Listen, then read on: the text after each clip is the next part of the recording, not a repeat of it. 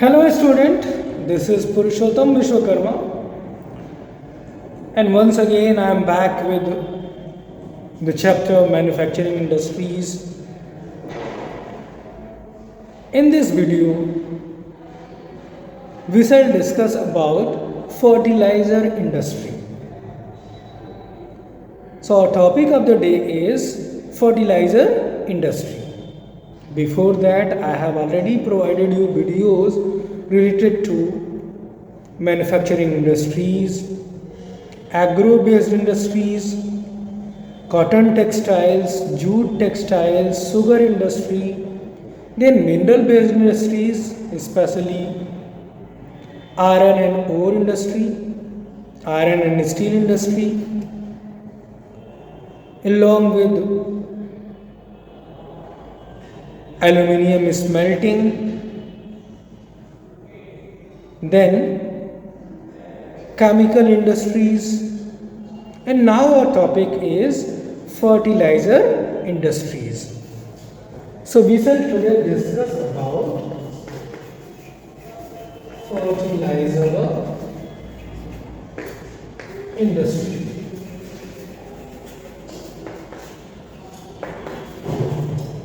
Fertilizers are very important for our day-to-day consumption. You know, our today's agriculture is completely dependent on fertilizers. We need fertilizers for all our crops. If we do not provide fertilizers to our crops, surely we are not going to harvest a good crop. So it is compulsory. What are the fertilizer types we use in our day-to-day life? We shall discuss in this video. So let's begin. The fertilizer industry is centered around the production of nitrogenous fertilizers. Nitrogenous, especially urea. Mainly urea. Phosphatic fertilizers, phosphate, that is known as phosphatic fertilizers. And ammonium phosphate, that is DAP. Ammonium phosphate. And complex fertilizers, which have a combination of nitrogen, that is N, phosphate, that is P, and potash, that is K.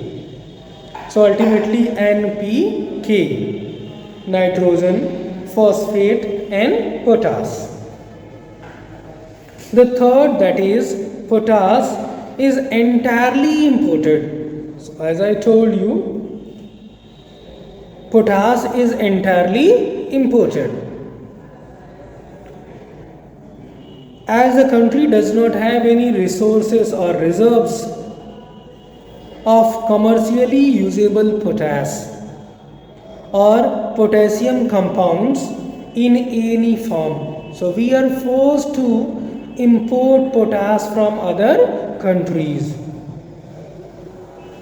India is the third largest producer of nitrogenous fertilizers. We produce nitrogenous, that is urea, basically mainly urea. We are the third largest producer of urea, nitrogenous fertilizers in the world. There are 57 fertilizer units and the nearby unit is Gorakhpur fertilizer. Manufacturing nitrogenous and complex nitrogenous fertilizers, 29 for urea out of 57. Out of 57 there are 29 for urea and 9 for producing ammonium sulfate. 9 for ammonium sulfate. As a byproduct, and 68 other small units produce single superphosphate. So these are the names of fertilizers that we use in our fields. and there are different units, large units and small units in India that produce fertilizers. There are 10 public sector undertakings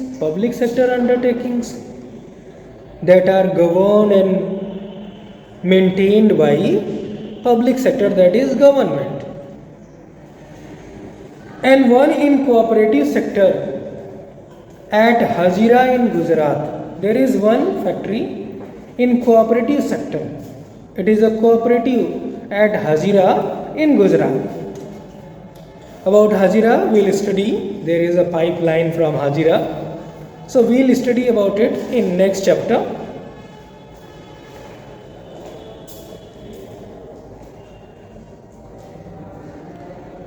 In Gujarat, under the Fertilizer Corporation of India. After the Green Revolution, you must know, Green Revolution came in India at the prime ministership of Pandit Jawaharlal Nehru. Along with, there was the reign of Pandit Shastri. After the Green Revolution, the industry expanded to several other parts of the country. Gujarat, Tamil Nadu, Uttar Pradesh, Punjab and Kerala contribute towards half of the fertilizer production. So half of the fertilizer production is produced by Gujarat, Tamil Nadu, Uttar Pradesh, Punjab and Kerala. And remaining states 50% near about. Other significant producers are Andhra Pradesh, Odisha, Rajasthan, Bihar, Maharashtra, Assam, West Bengal, Goa, Delhi, MP, Madhya Pradesh and Karnataka. So we have studied about fertilizer industry. Fertilizers are very important for the production of crop. Nowadays it is a must. If you want to get any production, you must provide fertilizers in an ample measure, in a sufficient measure. And in India, potash is not produced, so it is completely imported from other countries. Now we shall discuss about the next industry that we have in our syllabus, that is cement industry.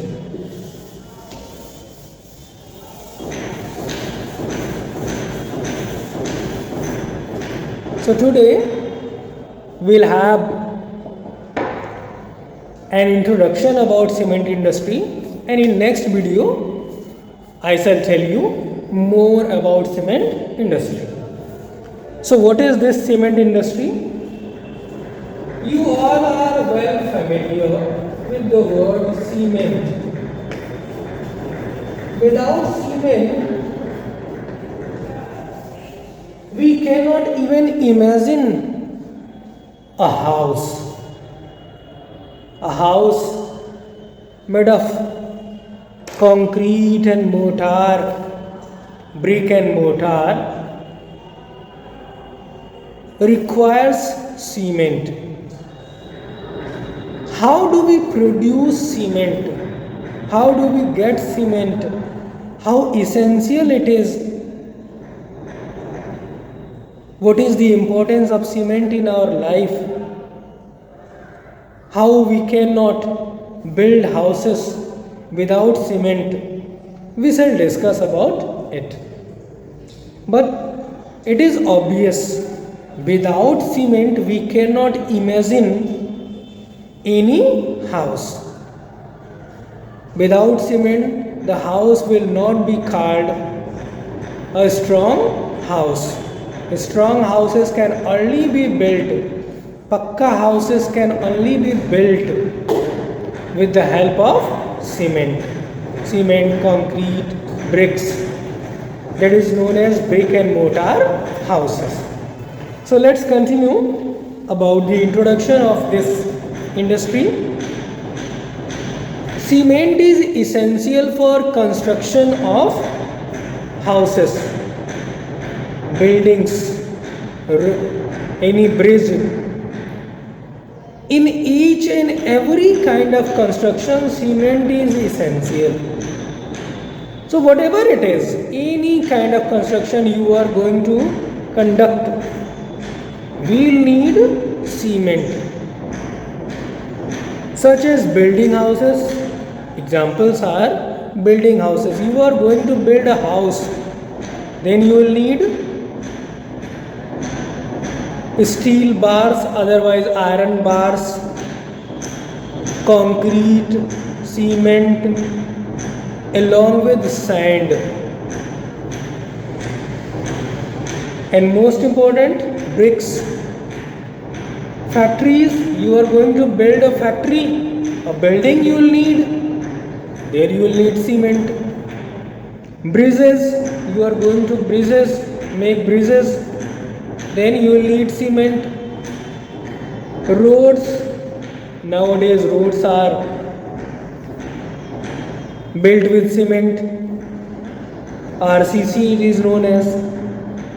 Airports, if you are going to build airports, that line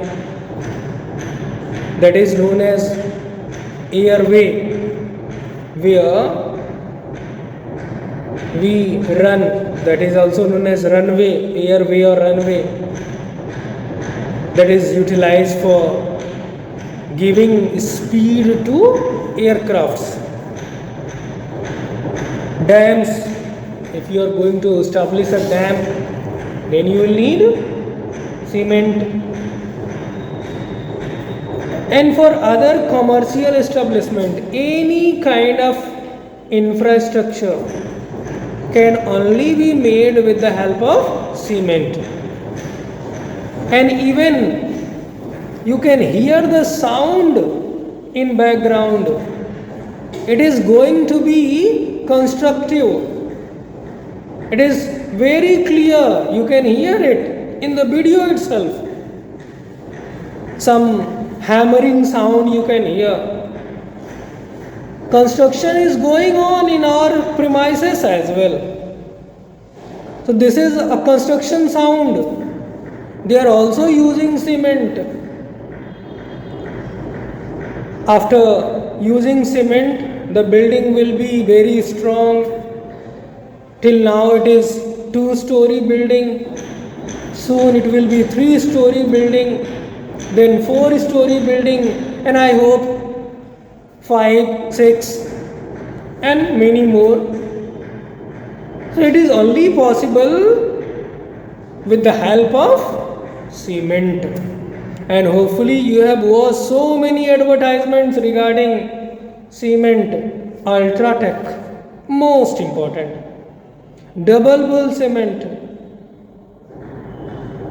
And then Bangad cement, ACC and what not. There are many in the list. This industry requires bulky and heavy raw materials. Just like iron and steel industry, it also requires bulky and heavy raw materials, especially gypsum, like limestone, silica and gypsum. Coal and electric power needed apart from rail transportation. Not only that, coal used for burning purpose, along with electric power is also required for making cement in factories.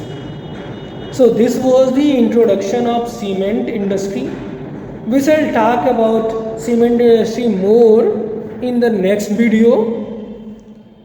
So that's all in this video. Thank you very much.